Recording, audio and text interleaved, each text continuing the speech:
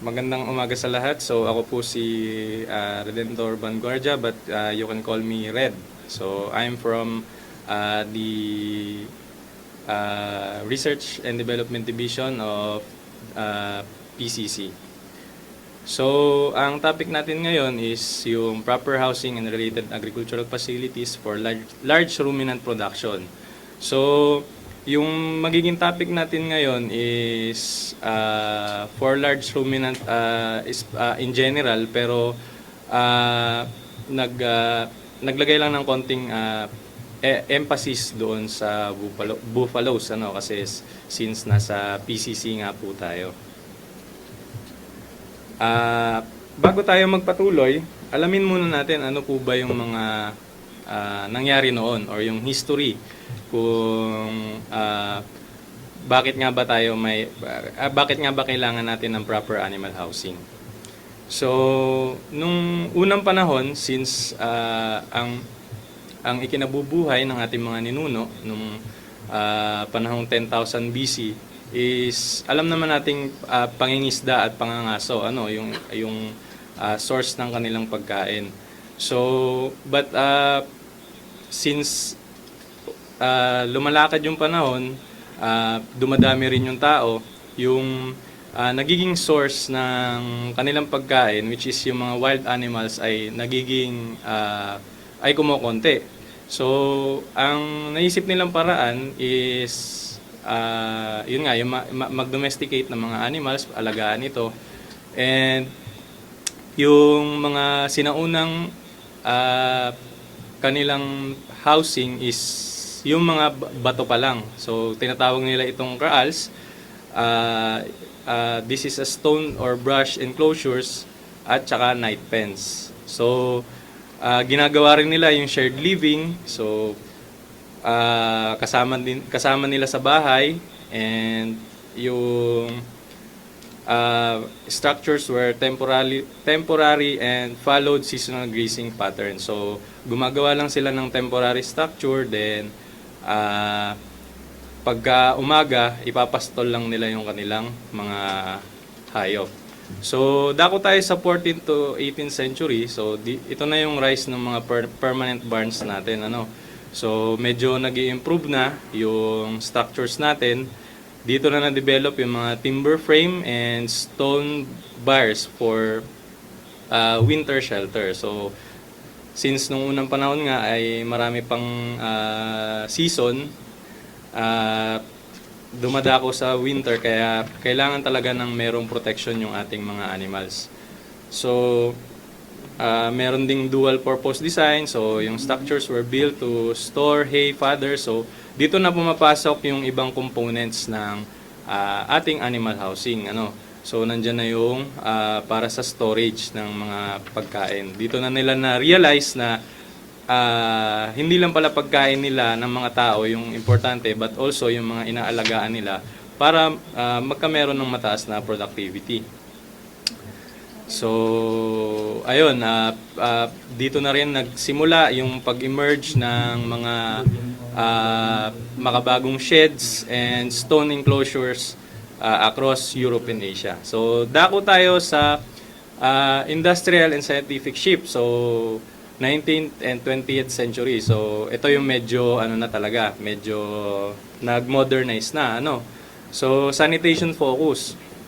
So, nung unang panahon kasi, syempre wala pa namang nade-develop na mga vaccines and mga paano ba natin tawagin? Medicines para sa mga different na mga sakit. So, syempre yung mga sakit ng animals, madaling maghawa-hawa yung mga animals, since magkakadikit nga sila sa isang barn or sa isang housing. So, ang naging ang naging solution nila is yun nga, introduction na ng mga sanitation doon sa ating housing. So, may mga windows na, may ridge vents to combat respiratory diseases. So, since nung unang panahon, halos respiratory diseases talaga yung madalas na tumama sa ating mga animals. Ang ano pa kasi nito is pagka zoonotic yung disease, so kaya kailangan talaga na ma-avoid ito or ma-control. So, stanchion to pre-stalls. So, yan, nag-transitions na sila from tied stall to pre-stall housing. So, dito na may kaunting engineering na pumapasok, ano. So, allowing animals to move between resting and feeding areas. So, dito, inano na nila, kinonsider na nila yung animal movement. So, yung convenience ng pag-move ng animals ay na-realize nila na kinakailangan na rin. So, pumasok na rin dito yung mechanization, so implementation of slatted floors for waste management. So, ilan lamang ito, pero alam naman natin na napakarami ng mga mechanized na components ngayon yung animal housing natin. So, nandyan na rin yung mechanical ventilation for heat stress. Ayan, so dako na tayo dito sa current trends or yung ngayon na, yung napapanahon. So, papasok na dito yung precision livestock farming. So, animal-centric design. So, ang example nito is yung paggamit ng compost-bedded packs. So, ayan, meron na rin tayong mga automated na mga ginagamit sa waste management, like yung mga scrapers natin, yung mga robotic na milking and automated na feeding systems. So ayan, na-integrate natin yung automations doon sa livestock raising. So dyan na rin papasok yung smart environments, climate controlled facilities using sensors. Yan. Ang pangunahing ginagamit dito sa ngayon is yung mga Arduino, yan, like something like that, yung Internet of Things, ayan, to monitor yung mga example, ammonia, humidity, and temperature in real time. So ilan lamang yan sa mga examples ng interventions ng smart precision farming, ano. So next natin is bumalik. Sorry. Bumalik. So, bakit nga ba mahalaga yung ating yung housing? Bakit nga ba kinakailangan na yung design ng housing natin is maayos? So, isa sa mga requirements para tumaas ang productivity ng isang farm is dapat efficient yung kanyang structures, yung mga infrastructures na nakapaloob dito, ano. So, magagawa natin yon if yung design ng housing natin is dumaan talaga sa proper planning and proper execution. Unang-una dyan is kailangan ma-facilitate yung health and welfare ng ating animals.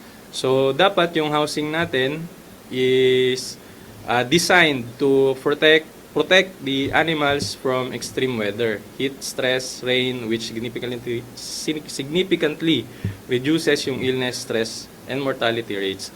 So, itong mga nabanggit natin is mga important parameters. Ito para ma-predict natin yung productivity ng ating mga animals. So, kung hindi sila comfortable sa kanilang ginagalawang area, may tendency na yung productivity nila, such as yung milk production, yung kanilang daily gain or yung paglaki nila, and yung kanilang breeding efficiency is maapektuhan. Ang resulta nun is bababa yung productivity, bababa din yung magiging kita ng farmer or nung farm. So, biosecurity.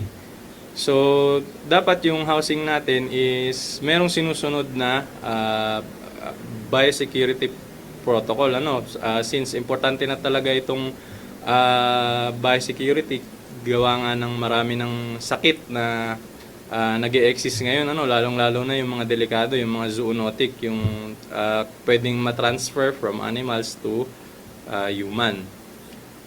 So, isa pang importante is yung injury prevention, yung injury prevention kasi, pag na-injured kasi yung animals natin, ang magiging tendency nun is kung kunyari milking cow siya, so pag na-injured siya, mahihirapan na siya sa kanyang productivity. So ang mangyayari sa kanya is makakal siya.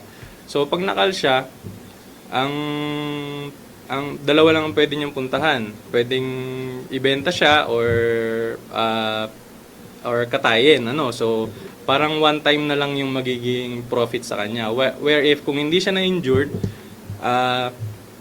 matagal pa yung ilalagi niya sa farm, so makakapag-produce pa siya ng maraming gatas. And ayun, nasayang yung profit natin. So ganun kahalaga yung proper design ng housing natin. Next is ito, ilan sa mga general requirements for good housing facilities. Marami ito, pero naglagay lang tayo ng mga talagang kailangan nating i-consider. So yun nga, yung comfort, nasabi ko na rin naman to kanina. So yung convenience, hindi lang yung convenience ng animals ang tinitingnan natin dito, ano. Syempre pati yung convenience ng mga animal caretakers natin. So minimize losses and contamination of feeds, ensures sufficient supply of clean water, facilitates practical waste management and adjacent to pasture area. So yung mga animal caretakers natin, dapat hindi rin sila gaanong mahirapan sa pag-aalaga ng ating mga kahayupan, ano. Dapat meron na tayong supply ng clean water, so dapat mabilis nating na access yung tubig natin panggamit sa waste management, pang-inom ng hayop, pangligo, ayan. So yung waste management, so alam naman natin na yung mga kalabaw ay nagpo-produce ng huge amount ng waste every day. So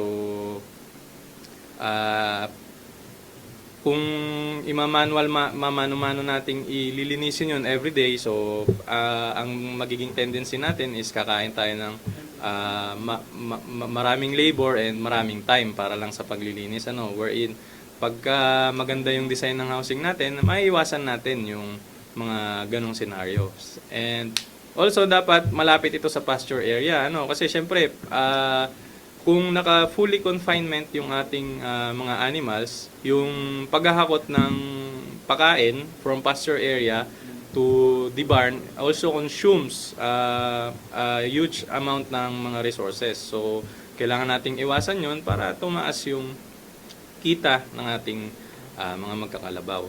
So safety, syempre ayan, kailangan din nating i-consider yung safety ng animals and also yung safety ng ating mga animal caretakers.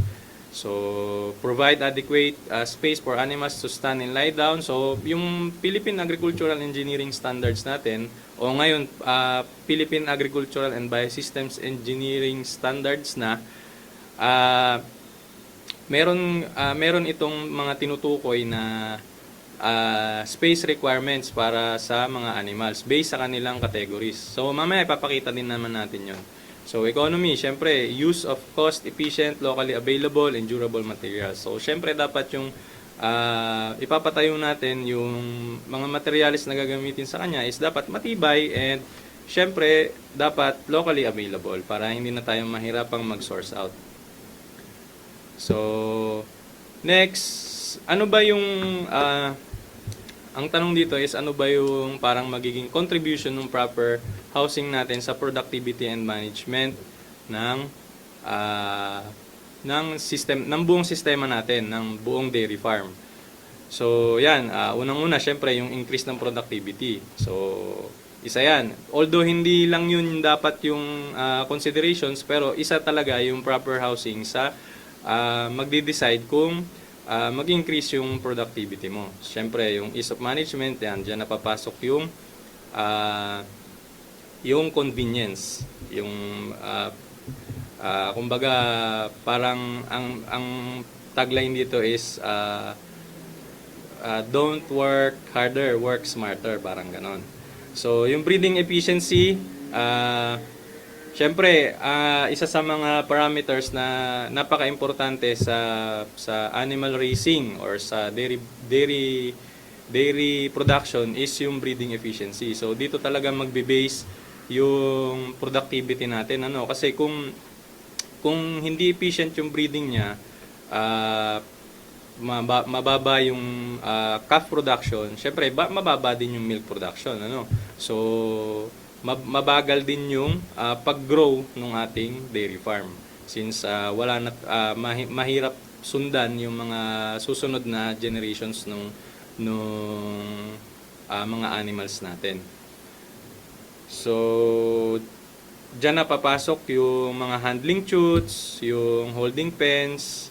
Ayan, yung handling chutes, ito yung mga facilities natin na kinakailangan upang i-squeeze yung animals, ano.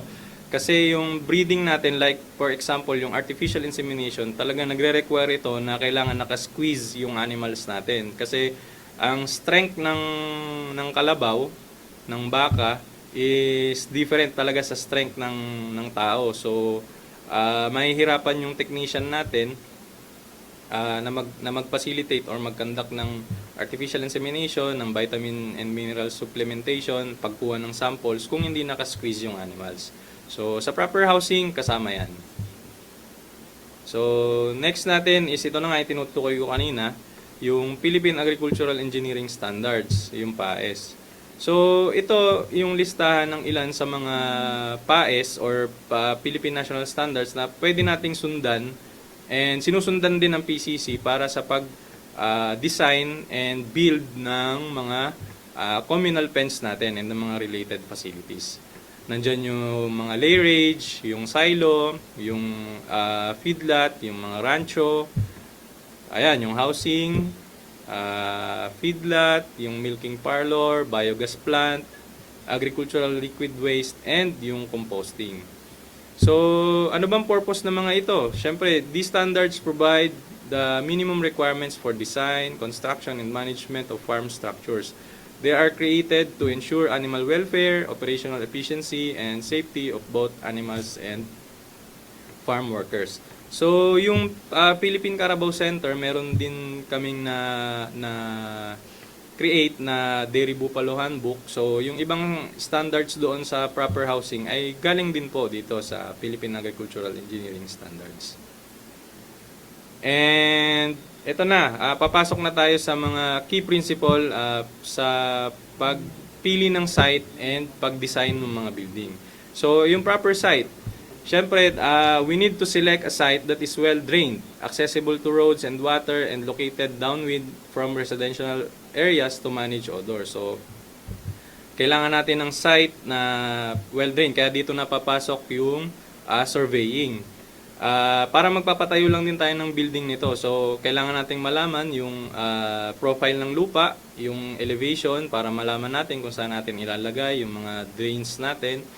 And hindi tayo magsasayang ng mga resources para sa paghula-hula lamang kung saan natin ilalagay yung mga drains and yung other components. So east-west axis. So bakit ba kailangan naka east-west axis yung long axis ng ating barn? Syempre, this is to minimize the amount of direct sunlight na tumatama sa mga animals natin. So sa ganung paraan is mami-minimize natin yung heat na nanggagaling sa sun and maging mas malamig yung ating housing. So yan, syempre complementary na yung susunod, yung good ventilation. So proper airflow is critical. So use ng open-sided walls and roof ventilators. So like a monitor roof to allow hot air to escape and fresh air to circulate. So ayun, kailangan yung mga roofings natin ay merong monitor para yung anong tawag dito, yung distribution ng hangin dun sa loob ng housing natin ay nagagalaw kumbaga from time to time. So yung hot air hindi nag-i-stay sa isang sa isang area nung ating housing. So lahat ng hot air ay lalabas. So, sa roofing and flooring naman tayo, yung roofs, syempre dapat pitch. So, like a gable roof. Pag sinabi lang namang gable roof, meron itong angle na magpapacilitate doon sa drainage ng ating or yung runoff ng ating rainfall. So, yung dapat meron ding significant na roof overhang at least 1 meter. So sa lahat naman ng design natin dito sa PCC, yan ang ginagamit natin, yung 1 meter na yan. So this provides shades and prevents rain from blowing into pen. So yung mga pens kasi natin, meron talaga siyang extension sa labas kung saan doon nangyayari yung loafing ng mga animals, ano. Pero yun nga, yung extension na 1 meter, hanggang dun lang yan sa may anong tawag mo na dito, sa may dulo nung kanilang yung iba kasi meron pang mga water throw dun sa kabila eh. So doon nila yung hanggang dulo nun para hindi makapasok yung ulan at may masilungan yung mga animals. So naglalagay tayo ng 1 meter na overhang. So, yung 1 meter na yun, linear yun, hindi yung angular na, yung hindi yung inclined na line, kundi yung linear, yung mula doon sa tawag na dito, mula doon sa corner, papunta na doon sa loob. So, sa flooring naman is the floor must be durable and most importantly, non-slip. So, syempre dapat hindi madulas yung surface material na gagamitin natin. Syempre, yun ang iniiwasan natin, yung madulas yung mga hayop. Since mabigat yung katawan nila, pag nadulas sila, malaki yung chance talaga na ma-injure, may mabali. So, groove concrete is ideal. It must be sloped 1 to 2%. So, sa lahat ng housing natin, ang ginagamit nating standard ay 2%. So, towards a drainage canal for easy cleaning, sanitation, and waste management. So,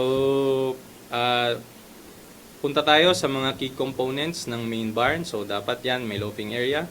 Diyan nagre-rest yung mga animals natin.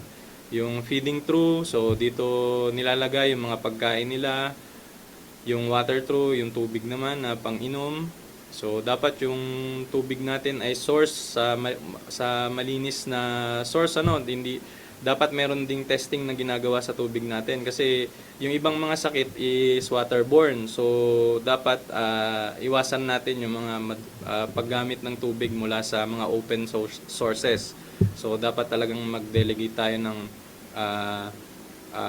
source para sa inumin ng ating mga kalabaw. So, service alley. So, dito sa service alley, dapat kuwan din to. Accessible ito sa mga tractors natin. Kasi minsan, yung mga ipinapakain natin, like rice straw, is talagang bulky siya. So, pagka tao lang yung di-deliver sa kanya, is magko-consume siya ng maraming oras at labor. So, pagka tractor, so mas mabilis yung pag-distribute and ma-lesen yung labor and time na i-consume. So, susunod natin is yung minimum space requirements for dairy buffalo based on PAES and based on the class, age, and size of the animals. So, sa mga bulo, up to 3 months, so meron 1 square meter.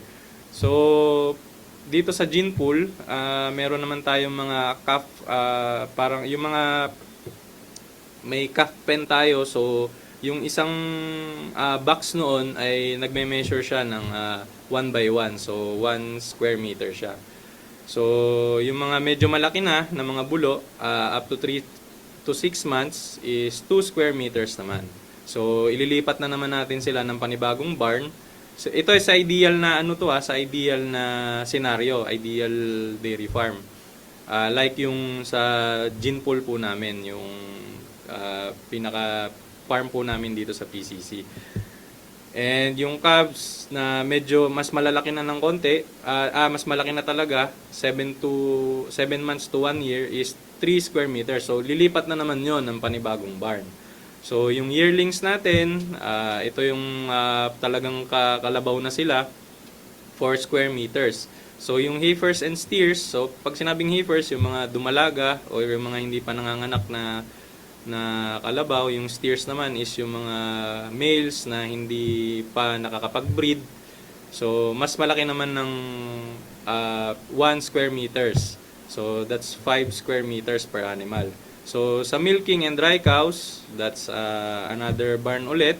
Lilipat ulit ng another barn. So that's 6 square meters. And ito yung mga cows na nasa maternity or yung mga buntis, mas malaki yung requirements nila. Sila yung may pinakamalaki, 10 square meters.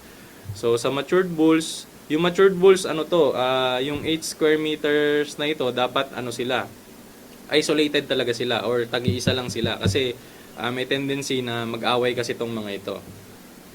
So next natin is ito na, yung sample or ito yung generic plan or floor plan na ginagamit namin dito sa PCC. This is used for 30 heads, 50 heads, and 100 heads. So ito na yung ginagamit namin na generic plan. Magbabari na lang ito sa dimension doon sa length niya. Pero yung width niya is constant naman yan. So yung sa may entrance, so doon yung makikita yung working chute. Ito, paano ko ba ituturo? Ayan, yung pinakauna, yung... sige, okay na siguro. So, ayan, yung parang rectangle dyan sa pinakaharapan, yan yung, dyan muna, bago ipasok yung animal sa housing natin, is dyan muna sila dadaan for inspections. So, titingnan yung mga animals, kung maganda ba yung kanyang health or yung kalalagayan niya, yung kanyang body score, meron bang sakit. So diyan nila minomonitor yan sa working chute bago pumasok dito sa ating loafing area. So lahat ng natin dito, kumbaga parang lahat ng rooms or lahat ng area ng ating housing is connected sa bawat isa.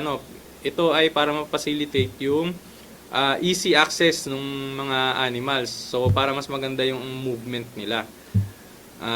So, kung may kailangang i-isolate, mabilis mo lang siyang maililipat sa kabilang barn or sa kabilang loafing area. So, kung merong may sakit, mabilis mo lang siyang maililipat doon sa ating chute. And lalo na kung magkakandak ng breeding, like yung AI, so mabilis lang natin silang maililipat sa chute, mabilis nating maihihiwalay sa ibang animals and makunan ng mga samples and mabigyan ng proper vitamins and supplementation, parang ganun siya. So titingnan natin yung driveway, yung kanyang width ay sakto yan sa hanggang 100 HP na tractor. So yung pinakamalaki na kasi naming tractor dito is yung 100 HP na Massey Ferguson. So kasyang-kasya siya dyan. So, yun yung humihila ng mga silage carts natin para i-distribute yung pagkain dito sa feeding trough natin, which is yung nasa may bandang gitna na rectangular din. Tapos, itong mga rectangle sa gitna, sa gilid, ayan yung mga water trough. So, lahat yan merong gripo for water source. So, ayan, makikita nyo naman yung mga, kung saan nakalagay yung mga columns, kung ilan, ayan. And, ano pa ba? Naka-indicate din dyan yung slope na ginagamit natin. Kung saan yung direction ng slope. And, yung extension doon sa labas ng loafing area. So, next natin is yung right side elevation. So, ayun, and left side elevation. So, dito nyo na makikita yung sinasabi ko kaninang gable roof. Ayan lang naman siya, yung angle na parang pa-triangle. So, parang sa bahay lang din, para yung bubong ng bahay natin, para pagka umulan, syempre, yung runoff ng rain ay isang direction lang yung pupuntahan. So mabilis nating ma-manage yung runoff. Nakalagay din dyan yung mga designated na sukat. Ayan, yung sukat ng kung gaano ba kataas yung monitor, yung mga railings natin, gaano ba kataas dapat, yung height ng ating feeding trough at saka ng water trough, nakalagay na din po dyan. Ayan. Excuse me. So, ayan po. Sa left side, elevation, ganun lang din naman yan. Binaliktad lang po natin. So, next na po natin is yung kanyang rear elevation or yung view niya po sa long axis. So, ayan, makikita din natin dyan yung sa profiling na ng lupa. Ayan, kung ilan yung kinat and fill natin. Tapos, sa baba po. Pakibaba nga po. Ayan, makikita din natin yung profile ng roofing. Ayan. Tsaka yung profile ng ating railings. So, next. Ito naman po yung front elevation. So, binaliktad lang po natin yung kanina. Pero yung section na Y na po na to is for the long axis na po. So makikita na natin yung details ng every structural component po ng ating housing. So ang main materials po na ginagamit namin dito is yung mga sa railings po is yung GI pipes, and doon sa structural component ng roofing is yung mga tubular na para sa mga purlina, and yung sa roofing naman po yung mga standard lang din po natin ng mga GI sheets. So ayun po. Next po natin is ito na po yung kanyang perspectives, ano. So kumbaga parang pagka itinayo mo na siya, ito na yung magiging itsura niya. So ayan po, from floor plan to this 3D image. Ayan, makikita na natin lahat yung railings niya, yung details ng mga tawag na dito, yung details ng sa roof. Ayan, yung working chute, yung mga columns. Ayan, pakitingnan nyo na lang po. And yung extensions. So next natin is ito, yung iba kasi pagka yung sa mga temporary facilities lang, yung meron lang silang parang designated area para sa feed and water troughs. Tapos pagka araw ay ipinapastol nila yung mga kalabaw nila. So merong mga ganitong scenarios, ano. Kagaya dun sa isang farm namin sa Karanglan, yung National Bull Farm ng PCC. So ganito po yung ginagawa nila. Meron lang designated area para sa feed and water troughs or yung pagpapahingahan nila, and then pagka araw po ay pinapastol lang nila yung mga hayop. So mga nasa 100 heads po yun.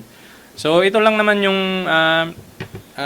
some of these specifications dapat ng ating feed and water troughs, ano. So dapat durable and smooth, so must be made of materials like concrete or plastic that are easy to clean. So dapat kasi ang ating mga feed and water troughs ay everyday ding malinis, ano, from time to time. Kasi syempre pagka pinabayaan natin ito na madumi, maaaring panggalingan ito ng mga sakit na nakukuha ng ating mga animals, and ayaw nating mangyari yon. So dapat ito ay accessible, ayan, designed with correct height and space, so para hindi po magkumpulan yung mga animals natin sa isang lugar lang. So ayan, clean water. So clean water troughs must have a reliable clean water supply. So ayan, nasabi ko na rin po ito kanina. So sa ngayon yung mga modernized talaga ng mga barns natin gumagamit na ng mga floating device na siya yung nagko-control nung level ng tubig. So ayan. Next is ito naman yung mga facilities or mga infrastructure na na masasabi nating beyond the barn. So, labas doon sa communal pen natin. So, yung wallowing pond. So, unlike cattle kasi, yung kalabaw ay have fewer sweat glands and need to wallow to cool down. So, isa sa mga kaya nga tinawag silang water buffalo kasi yun nga mas ano sila sa water kaysa sa cattle. Kaya yung mga karamihan ng farms namin ay talagang meron din talagang wallowing pond. Pero kung hindi talaga possible na magkameron ng wallowing pond, ang ginagawa na lang is maglagay ng misting system, yung parang parang spray, ganon. And dapat may kasama itong fans. So, ano ba ang ginagawa ng wallowing pond? Siyempre, ito ay helps in thermoregulation, so yung body heat control ng animals natin, protects from heat stress, ayan, helps control external parasites. So, nakakatulong din pala itong wallowing pond para ma-reduce yung external parasites, So, a proper pond should be concrete lined or for durability and hygiene. So, kasi kung wala itong concrete line or something plastic HDPE, ang mangyayari kasi since mataas yung percolation ng lupa lalo na pag summer, so masasayang yung mga water na nilalagay natin. So next is yung sa handling and waste facilities. Syempre yan yung handling chute, actually kasama naman na to sa yung mga modern design natin, yung ginagamit natin ngayon is kasama na ito sa housing, pero nung mga una ay nakahiwalay talaga yung handling chute, mayroong working corral na ipinapagawa pa. Actually ngayon may mga working corrals din naman tayong ipinapagawa. Doon ito sa mga talagang maraming heads ng animals na inaalagaan. So, waste management, yung mga facilities for solid manure, like compost pit and liquid waste. So, yung iba nagpapalagay pa ng mga biogas digester para mas lalong mapakinabangan yung mga waste natin, So, quarantine pen. So, this is a separate shed located at the farm's entrance to isolate new animals for 30 to 40 days to prevent the spread of diseases. So, ayan. So, bago pumasok ng animal pens natin, so dapat may quarantine pens muna. So, naman na yan. Talagang ginagawa naman na natin yan. Then, ito yung other important facilities, yung feed storage. Ito, napaka-importante nito. So, dapat yung feed storage natin ay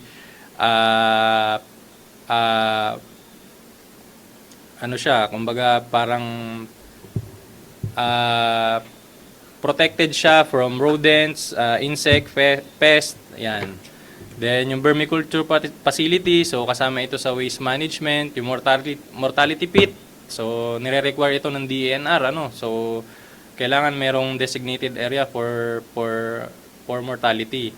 Yung mga namamatay natin, so kailangan may sarili silang libingan. So calf pen, ayan, banggit ko na rin yan kanina. So kung ang protocol natin sa dairy production is yung talagang fully confinement, so pagkapanganak pa lang talagang inihiwalay na natin yung calf mula sa kanilang nanay.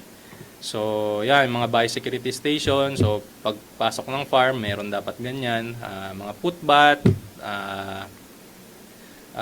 yung mga putbat para sa tao, and iba din yung putbat para sa sasakyan. So, I think hanggang doon lamang yung aking presentation. So, kung meron kayong tanong ay ipapacilitate po ng ating host.